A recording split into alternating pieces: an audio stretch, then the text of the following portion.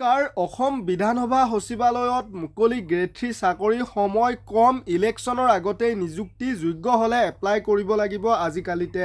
ফ্ৰেণ্ডসকল আপোনালোকে Assamese jobs news web পেজৰ links ডেছক্ৰিপশ্যনত পাব ইয়াতে আহি পঢ়িব পাৰিব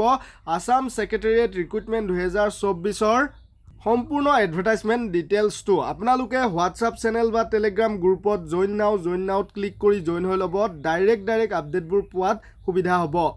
তো চাব পাৰে এডিশ্যনেল সেক্ৰেটাৰীৰ এটা ভেকেন্সি আছে প্ৰটোকল অফিচাৰৰ এটা ভেকেন্সি আছে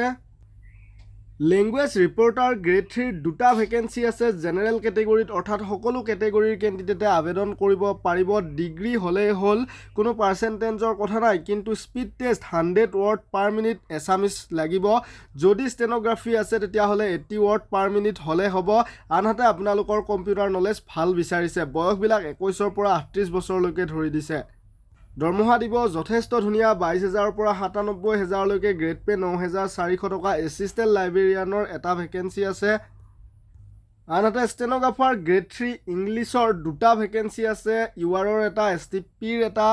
যদি ইয়াতে আপোনালোকে কোৱালিফিকেশ্যন চাই ডিগ্ৰী লাগে 80 ৱৰ্ড পাৰ মিনিট ইংৰাজীত টাইপিং স্পীড থাকিব লাগিব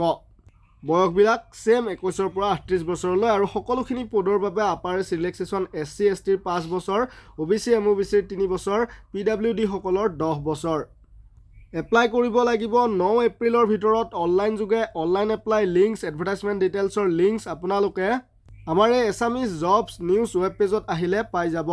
আৰু আহি থকা থাৰ্ড গ্ৰেড ফৰ্থ গ্ৰেড নিযুক্তিৰ বাবে আমাৰ হাতত পুৰণি প্ৰশ্ন কাকত অসম চৰকাৰৰ লগতে ভাৰত চৰকাৰৰ যিকোনো এক্সামৰ 2000ৰ পৰা 2021 চনলৈ সংগ্ৰহ কৰি প্ৰস্তুত কৰা বহুখিনি কমন নোটৰ PDF আছে পাৰিলে 8473859389 এই হোৱাটছআপ নম্বৰত যোগাযোগ কৰি আপোনালোকে ক্ৰয় কৰি লৈ ল'ব ধন্যবাদ